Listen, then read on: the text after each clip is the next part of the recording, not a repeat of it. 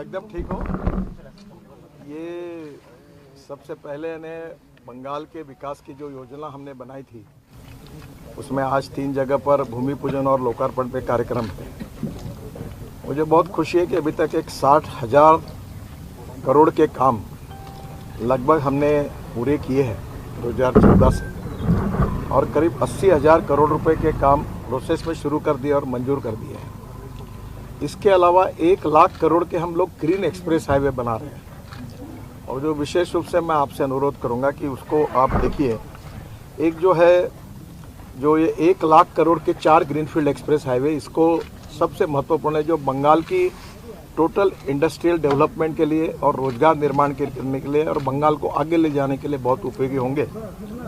उसमें पहला जो खड़गपुर बर्दवान मोरग्राम ग्रीनफील्ड एक्सप्रेसवे है, इसकी 12,000 करोड़ की लागत है। 230 किलोमीटर है और ये 4 लेन है और इसके 5 पैकेज हैं।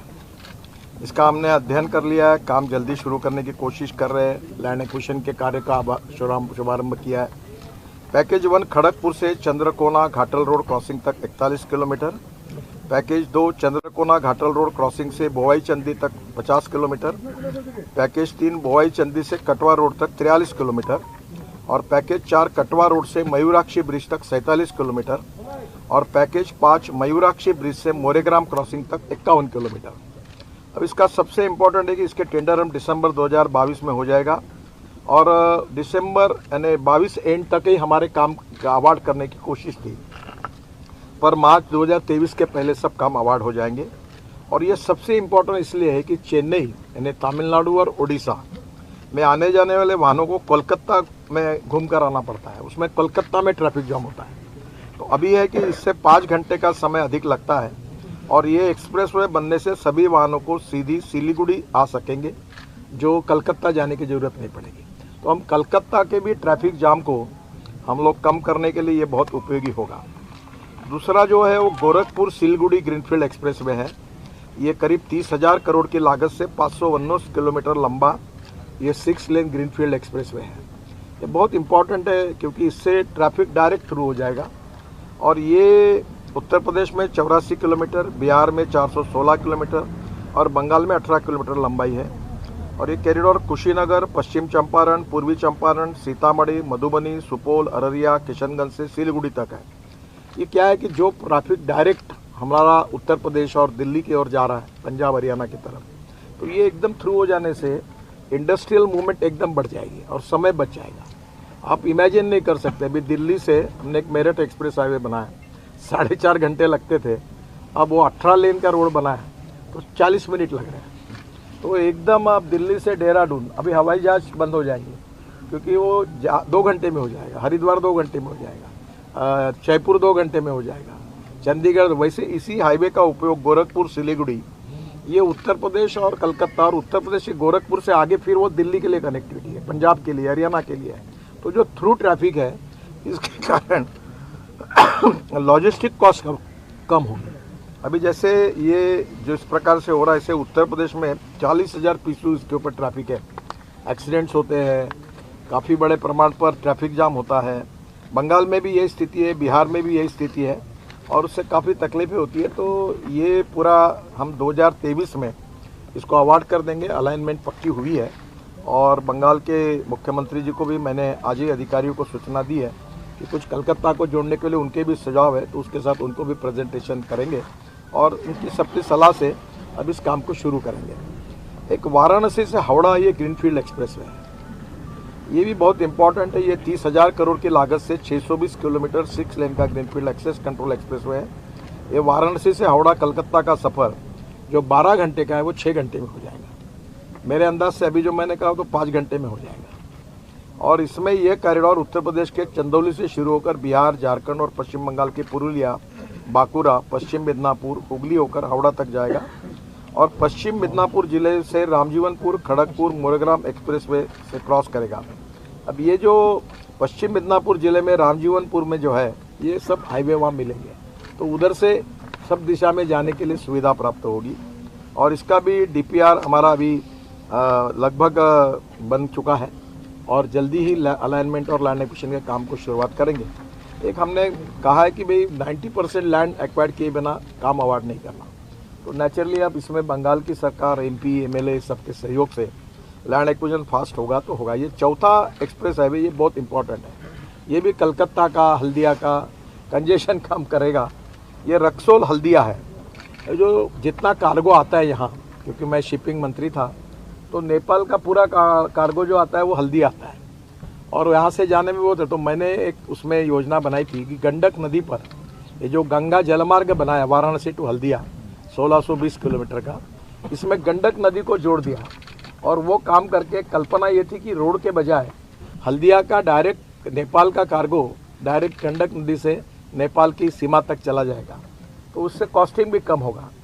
अगर ट्रक से जाते हैं तो 10 रुपये अगर आता है खर्चा, और रोड से जाते हैं तो रेलवे से 6 रुपये, और पानी से जाते हैं तो 1 रुपया आता है।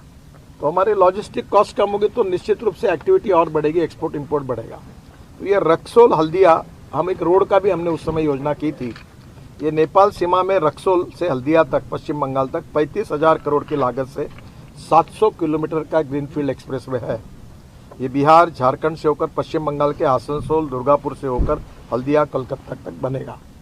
तो पश्चिमी मिदनापुर जिले के रामजीवनपुर में खड़गपुर मोरेग्राम एक्सप्रेसवे रक्सौल हल्दिया को भी क्रॉस करेगा। तो दोनों हाईवे करने से दोनों जगह पर आने वाले वाहनों को वहां से इंटरचेंज मिल जाएगा। ये एक्सप्रेसवे का डीपीआर भी बन गया, सितंबर तक अभी फाइनल हुआ है। हम एक्विजिशन शुरू कर रहे हैं और ये भी हम लोग जल्दी अवार्ड करेंगे।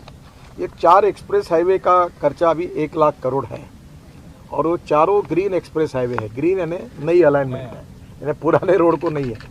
तो इसका पहला फायदा होगा जो पुराने रोड पर ट्रैफिक जाम है, जो एक्सीडेंट्स हो रहे हैं, ब्लैक स्पॉट्स है, ये एकदम कम हो जाएगा और जो हाईवे पर वो ट्रैफिक ट्रांसफर हो जाएगा। तो बंगाल के जितने रोड्स है उसमें एक्सीडेंट्स भी कम होंगे, ट्रैफिक जाम कम होगा, आम लोगों को जाने के लिए सुविधा होगी और जो हेवी ट्रैफिक है डायरेक्ट जाने वाला वो एक्सप्रेस हाईवे से जाएगा। दूसरा एक फ़ायदा ऐसा होगा कि ये हाईवे के आजू बाजू में लॉजिस्टिक पार्क, इंडस्ट्रियल क्लस्टर्स होंगे। अभी क्या होगा, ये सिलीगुड़ी है तो शहर के अंदर गोडाउन बने तो नेचुरली लोगों को तकलीफ होती है, इंडस्ट्री खुल गई लोगों के बस्तियों में। तो ये रोड नए बन रहे हैं। इसके बाजू में मैं बंगाल की सरकार से अनुरोध कर रहा हूँ कि इस बहाने वहाँ logistic park, industrial clusters, educational campus, smart city, smart villages अगर वो बिठाएंगे और रोड हम बनाने के पहले ही, वो राज्य सरकार अगर इन सब बातों का प्लानिंग करेगा तो अभी क्या है, रोड बनाने के पहले अगर कीमत 10 रुपये है तो रोड बनने के बाद 50 रुपये हो जाती है।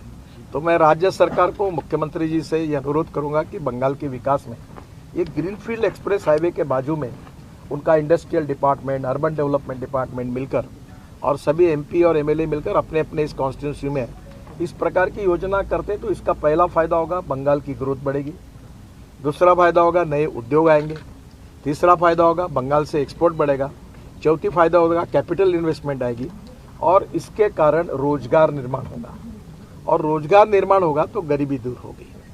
तो बंगाल भारत को आत्मनिर्भर भारत बनाने का जो प्रधानमंत्री जी का सपना है और जो $5 ट्रिलियन इकोनॉमी बनाने का जो हमारी सबकी प्रयास चल रहा है, उसमें बंगाल का भी विकास उतना ही आवश्यक है। तो हम पूरी तरह से निश्चित रूप से इस सब विकासों में हम पूरी तरह कंट्रीब्यूट करेंगे, सहयोग करेंगे, इसी मुझे पूरा विश्वास है। और ये 4 हाईवे के साथ आज मैंने तीनों जगह पर काफ़ी वहाँ के जो अटके हुए काम थे अनेक सालों से घोषित किया, वो उतने करोड़ों के हैं कि हर एमपी हिसाब लगा ले तो मुझे नहीं लगता कि आज तक के इतिहास में अब आपके मेरे यहाँ 50,000 करोड़ 50,000 करोड़ के काम इनको मिले। और सबसे बड़ा है सिलीगुड़ी की जनता के लिए 80 आज रिंग रोड मैंने मंजूर कर दिया इनका, वो 3,000 करोड़ का है। अच्छा, तो मुझे लगता है कि निश्चित रूप से लोगों की अपेक्षा भी है, केवल हमें land acquisition, utility shifting, forest environment clearance में हमें उतना ही सहयोग राज्य सरकार से भी मिलेगा और एमपी और एमएलएस का भी मिलेगा। तो हम जल्दी काम कर सकें, हमारे पास पैसे का प्रॉब्लम नहीं है, हम काम कर सकते हैं। अभी हम कैपिटल मार्केट में गए थे तो हमारे NHAI का हम अनकन्वर्टेबल डिबेंचर्स इनविट में तो 10 दिन की मुदत थी, तो पहले दिन 7 घंटे में 7 टाइम्स ओवर सब्सक्राइब हो गए, इतना पैसा लोगों ने दिया। मैं आपको भी आह्वान कर रहा हूँ कि अब मैं पत्रकार, छोटे छोटे कर्मचारी, कंपाउंडर, इनके पैसे से रोड बनाना चाहता हूँ और मैं आपको गारंटेड 8.02 इंटरेस्ट दूंगा। बैंक में आपको 5% के ऊपर नहीं मिलता, 8.02। AAA रेटिंग है। और हमने इंटरेस्ट देने के लिए कहा है कि अब ईयरली नहीं, मंथली देंगे। जो रिटायर्ड लोग हैं, पेंशनर्स हैं, उनको तो इतना रिस्पांस मिल रहा है कि हमें कोई पैसे की कमी नहीं है। केवल रोड बनाने के लिए लैंड उपलब्ध है और लैंड के भी हम रेट अच्छे दे रहे हैं। और लैंड के आजू बाजू में अब ये भी योजना पर विचार कर रहे हैं कि ये एक्सप्रेस हाईवे के बाजू में अगर किसान एक फार्मर प्रोड्यूस कंपनी जैसी बनती है, वैसे अपनी सोसाइटी बनाकर आते हैं हमारे पास, तो हम जमीन उनकी, इन्वेस्टमेंट हमारी और लॉजिस्टिक पार्क में उतनी इक्विटी उनको देंगे। तो किसानों को, जो भूमि मालक है, वहाँ के भूमि पुत्र है, उनको रोजगार भी मिले और वो मालक भी बने। नया योजना। हाँ, तो ये भी योजना हम लोग तैयार कर रहे हैं कि जिसके कारण कोई भी इंडस्ट्रियल क्लस्टर में जिसकी ज़मीन है वो उसका शेयर होल्डिंग भी उसको मिलेगा। तो ये भी योजना तैयार कर रहे हैं। तो निश्चित रूप से बंगाल की सरकार को भी हम लोग सहयोग करेंगे। सर, मेरा 2 क्वेश्चन है। पहला, एक एक करके। राज्य जो बोल रहा है कि सेंट्रल के पास के उसको कुछ मिलना है, जो मांग है, तो वो रुपया उसको नहीं मिल रहा है। आज ही मैंने 1600 करोड़ की घोषणा कर दी, 1000 करोड़ का CRF में पैसे की मंजूरी की। देखिए, मैं आपको बाकी राजनीतिक बातें मुझे पूछिए मत, मैं जवाब नहीं दूंगा, पर मैं इतनी बात कह रहा हूँ कि सबका साथ, सबका विकास और सबका प्रयास। और इसलिए बंगाल के विकास में हम सब लोग, भारत सरकार, प्रधानमंत्री और मेरा डिपार्टमेंट पूरा सहयोग करेगा। और यहाँ कोई हम राजनीति नहीं करेंगे। हम लोग जो भी काम करने लायक है वो काम में राज्य सरकार को पूरा सहयोग करेंगे, क्योंकि बंगाल हमारा देश है, यहाँ की जनता भी हमारी है और हम जनता के हैं। तो इसमें सबका विकास होना चाहिए। और रोड सब जगह जाता है, वो कौन MP है, कौन से पार्टी का है, MLA कौन से पार्टी का है, ये हमने कभी सोचा नहीं है। हम जो आवश्यक है वो काम सब जगह करेंगे और इसमें कोई पार्टीबाजी नहीं होगी। ये विकास के आधार पर ये काम होंगे, यही मैं आपको विश्वास देता हूं। लेकिन सर, बंगाल में जो लैंड एक्विजिशन का गवर्नमेंट का पॉलिसी है कि गवर्नमेंट जोर से किसी भी लैंड को नहीं लेगा अगर लोग खुशी से लैंड देना नहीं चाहे तो, जिसके वजह से काफ़ी सारे प्राइवेट इंडस्ट्रियलिस्ट भी वेस्ट बंगाल में आना नहीं चाहता है। देखिए, हमारे रोड की जो पॉलिसी है उसमें स्टेट गवर्नमेंट के लैंड एक्विजिशन के जो लॉ और नियम बने हुए हैं उसी के अनुसार लैंड एक्वायर्ड होती है। और राज्य सरकार के जो कलेक्टर होते हैं, जिसको काला है, वही करते हैं। और उसमें जो आज प्राइजेस मिल रहे हैं, आप जाकर जब लोगों में पूछोगे तो मार्केट प्राइस से 25% 30% ज़्यादा मिल रही है। और मैंने आगे की बात जो कही है कि अगर इंडस्ट्रियल पार्क या लॉजिस्टिक पार्क, इंडस्ट्रियल क्लस्टर्स के लिए अगर फार्मर्स आएंगे, 25 लोग मिलके, हमारी 600 एकड़ जगह है, तो हम अगर वहाँ 1000 करोड़ की इन्वेस्टमेंट आएगी तो उसमें इक्विटी पार्टनर में उनको लेंगे, ताकि उनको उसका फ़ायदा मिलते जाएगा। जो बोला। हाँ, और दूसरी बात जो मैं कह रहा हूँ, ये आप भी जानते हैं कि अभी ये रिंग रोड बन रहा हूँ मैं सिलीगुड़ी का। अब आज उसकी कॉस्ट जो है वो समझो 1 रुपया है, रोड बनने के बाद 5 रुपये होगी। तो मैं आज ही कह रहा हूँ कि वहाँ के लोग, आजू बाजू के, जो हमारे राजू जी उसमें इनिशिएटिव ले, उनके सहयोग से प्रपोजल लेके आए 600 एकड़ में इंडस्ट्रियल क्लस्टर्स का, कहीं लॉजिस्टिक पार्क का, तो उन्हीं को मैं इक्विटी में शेयर देके उन्हीं को प्रोजेक्ट बना दूंगा, तो वो मालक बन जाएंगे और उनको फ़ायदा मिलेगा। तो हम यही चाहते हैं कि जो भूमि पुत्र है, जो भूमि मालक है, उन्हीं को फ़ायदा करके डेवलपमेंट करें, और यही भाव हमारे मन में है। और अगर ज़मीन लेनी पड़ेगी तो मार्केट से ज़्यादा प्राइस देकर राज्य सरकार जैसे तय करता है वैसे ही हम रेट देंगे। सर, 2024 में तो इलेक्शन होगा, उसमें क्या बीजेपी को फायदा होगा? काफी सारी इन्वेस्टमेंट वेस्ट बंगाल में। मैं फायदे और नुकसान की बात करने के लिए आया नहीं हूँ, और मैं राजनीति में कोई फायदे नुकसान की बात नहीं करता। मैं ये सोचता हूँ कि whatever possible for me to do for the people of this country, और politics is the instrument of socio economic reform. फायदा नुकसान वोट देना ये बात कभी नहीं करना। जिसको देना है वो देगा, नहीं देना वो नहीं देगा।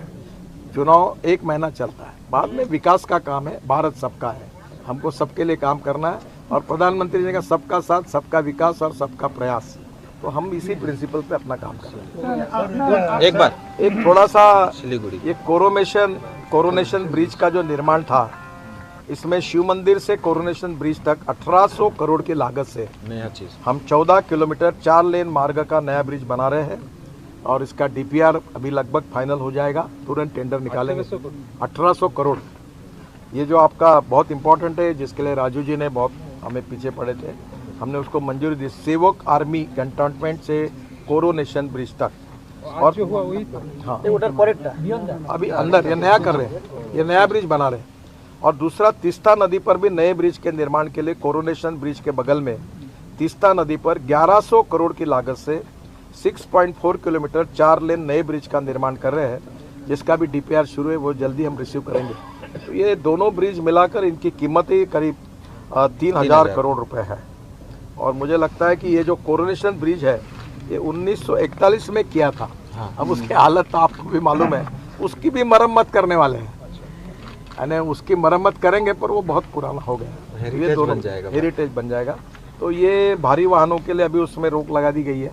हम उसकी मरम्मत कर रहे हैं, उसका स्टडी कर रहे हैं कि उसको किस प्रकार से मजबूत करेंगे। पर कितना भी हुआ तो भी अब हेवी ट्रैफिक के लिए 1941 को ब्रिज को फिर से नए जैसे करने में 18 अंग्रेजों के समय का है, तो ये बहुत पुराना है और ये सिक्किम और भूटान के लिए बहुत जरूरी है। तो ये 2 नए ब्रिज बना रहे हैं और उसको भी हम मरम्मत करेंगे। अभी तक आप बंगाल में चलिए लास्ट बहुत सड़क बना चुके हैं, राज्य सरकार कितना हेल्प किया है जमीन के बारे में, कितना आपको जमीन? सर हमको मदद मिलती है और हम मदद लेते हैं और हमें सबको मिलकर काम करना है। और अड़चने आती है तो हमारे लोग मिलते हैं। और मैं अभी 3 दिन गुवाहाटी में था और मैंने सभी राज्यों के मुख्यमंत्री को बुलाकर एक एक प्रोजेक्ट का रिव्यू किया। वैसे हम लोग यहाँ के बंगाल की भी सरकार के साथ बैठकर रिव्यू करेंगे। और हमने ये भी रिक्वेस्ट की है कि मुख्यमंत्री जी और चीफ सेक्रेटरी वो भी बंगाल में हमारे NHI के प्लान की रिव्यू मीटिंग करें और हमें सुझाव दें। और जो भी कहीं अड़चन होगी तो हम दोनों मिलकर सुलझाएंगे। आपका प्रेशर फॉल कर गया? हाँ? दोपहर में प्रेशर फॉल कर गया आपका? तबीयत कैसा है आपका? मेरी तबीयत अच्छी है। तबीयत को थोड़ा मुझे अस्वस्थ था क्योंकि हेलीकॉप्टर में ये नहीं AC नहीं था। तो बाद में मैंने सुबह थोड़ा ब्लड प्रेशर मेरा कम हुआ था तो मैंने गोली खा ली थी। तो मैं थोड़ी देर मुझे लगा तो मैं आराम किया वहीं, तो उसके बाद मैं ठीक हूँ। मुझे कोई चिंता नहीं है। बाकी प्रोग्राम तो यहीं से हो गया? यही से फिर क्या हुआ, देरी हुई और यहाँ जल्दी सूर्यास्त होता है और वो हेलीकॉप्टर में थोड़ा सा प्रॉब्लम है। तो फिर मैंने यहाँ से वीडियो कॉन्फ्रेंस से कार्यक्रम किए और मेरी सबसे बातचीत। अभी मैं नागपुर के लिए निकला। वो डॉक्यूमेंट मिलेगा क्या? चलिए हाँ, मैं ये डॉक्यूमेंट ऐसा करता हूँ, मैं पूरे डॉक्यूमेंट राजू जी को दे देता हूँ, ये इनके वेबसाइट पर डाल देंगे और आपको पूरा डिटेल देंगे। तो व्हाट्सएप में डाल देगा। चलिए आप सब मीडिया के साथियों का बहुत बहुत धन्यवाद और आपका Thank you. अभिनंदन। Thank you. Thank you.